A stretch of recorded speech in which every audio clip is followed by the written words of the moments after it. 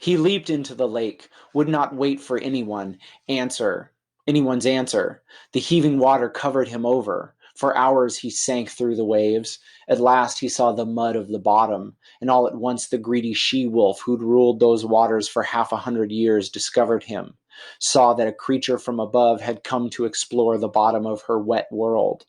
She welcomed him in her claws, clutched at him savagely, but could not harm him, tried to work her fingers through the tight ring-woven mail on his breast, but tore and scratched in vain. Then she carried him, armor and sword and all, to her home. He struggled to free his weapon and failed. The fight brought other monsters swimming to see her catch, a host of sea beasts who beat at his mail shirt, stabbing with tusks and teeth as they followed along. Then he realized suddenly that she'd brought him to someone's battle hall, and there the water's heat could not hurt him, nor anything in the lake attack him through the building's high arching roof. A brilliant light burned all around him, the lake itself a fiery flame. Then he saw the mighty water witch, and swung his sword, his ring-marked blade, straight at her head. The iron sang its fierce song, sang Beowulf's strength, but her guest discovered that no sword could slice her evil skin, that runting could not hurt her, was useless now when he needed it. They wrestled. She ripped and tore and clawed at him, bit holes into his helmet, and that too failed him. For the first time in years of being worn to war, it would earn no glory. It was the last time anyone would wear it. But Beowulf longed only for fame, leaped back into battle. He tossed his sword aside, angry. The steel-edged blade lay where he'd dropped it. If weapons were useless, he'd use his hands, the strength in his fingers. So fame comes to the men who win it and care about nothing else. He raised his arms and seized her by the shoulder. Anger doubled his strength. He threw her to the floor. She fell. Grendel's fierce mother and the Geats' proud prince was ready to leap on her. But she rose at once and repaid him with her clutching claws, wildly tearing at him. He was weary, that best and strongest of soldiers. His feet stumbled, and in an instant she had him down, held helpless, squatting brown with dried blood and prepared to avenge her only son. But he was stretched on his back, and her stabbing blade was blunted by the woven mail shirt he wore on his chest. The hammered links held. The point could not touch him.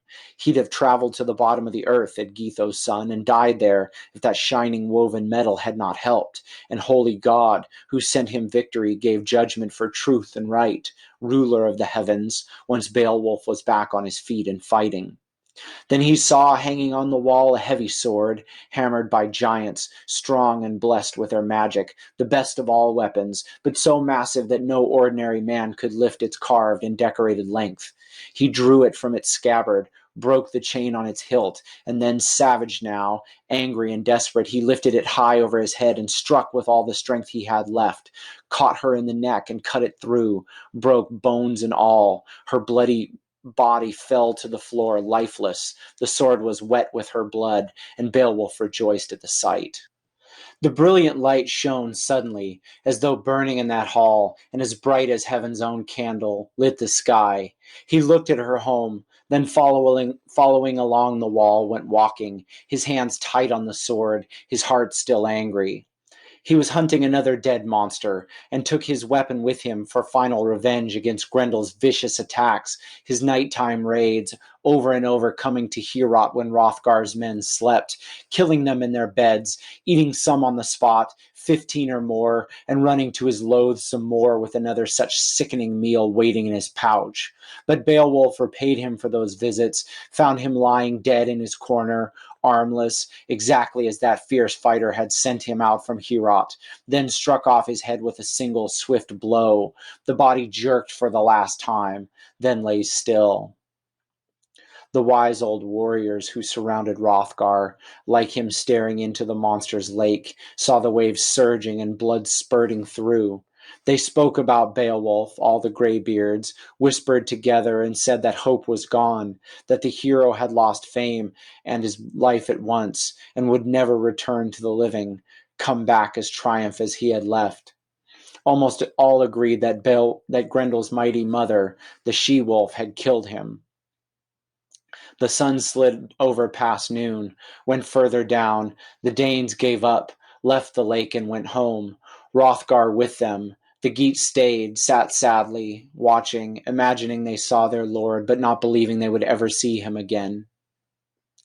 Then the sword melted, blood-soaked, dripping down like water, disappearing like ice when the world's eternal lord loosens invisible fetters and unwinds icicles and frost as only he can.